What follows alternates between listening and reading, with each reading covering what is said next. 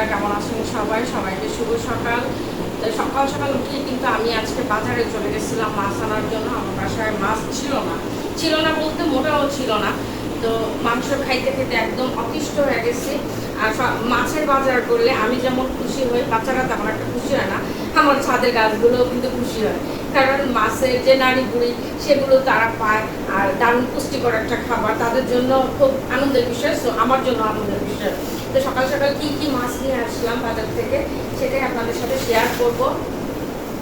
আজকে বাজারে তেমন একটা ভালো মাছ আমি পাই না, যা পাইছি হাতের সামনে তাই কিন্তু নিয়ে আসছি। এই যে, তবে রুই মাছগুলো সুন্দর। আজকে রুই মাছগুলো সুন্দর।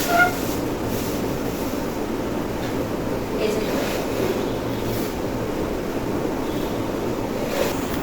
মাশাআল্লাহ, দুইটা রুই মাছ 4 কেজির কাছাকাছি, পুরোপুরি 4 কেজি হয় নাই, কিন্তু 4 কেজির কাছাকাছি। তারপর এই যে আরো একটা মাছ আছে, এটা হচ্ছে আমার ছেলে মেয়ের খুবই ফেভারিট একটা মাছ, লইটা মাছ। কিন্তু লইটা মাছ রান্না করলে ওরা খায় না। সত্যি কথা বলতে লইটা মাছ রান্নাটা ওরা একদমই পছন্দ করে না।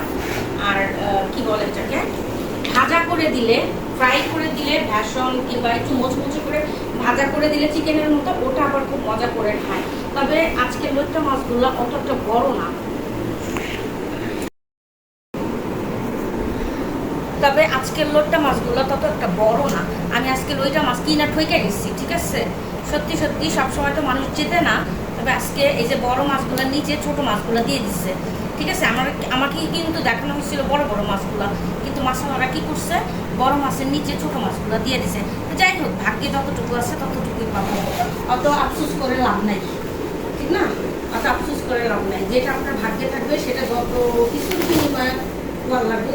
এটা তো একদম অবস্থা করুন। যদি আপনার ভাগ্যে না থাকে, আপনি যত পেশালি করেন না কেন, কোনো লাভ হবে না, ঠিক আছে। তো বাটপাড়ি চিটারি করে কিন্তু সত্যি কথা কখনো বড় হওয়া যায় না।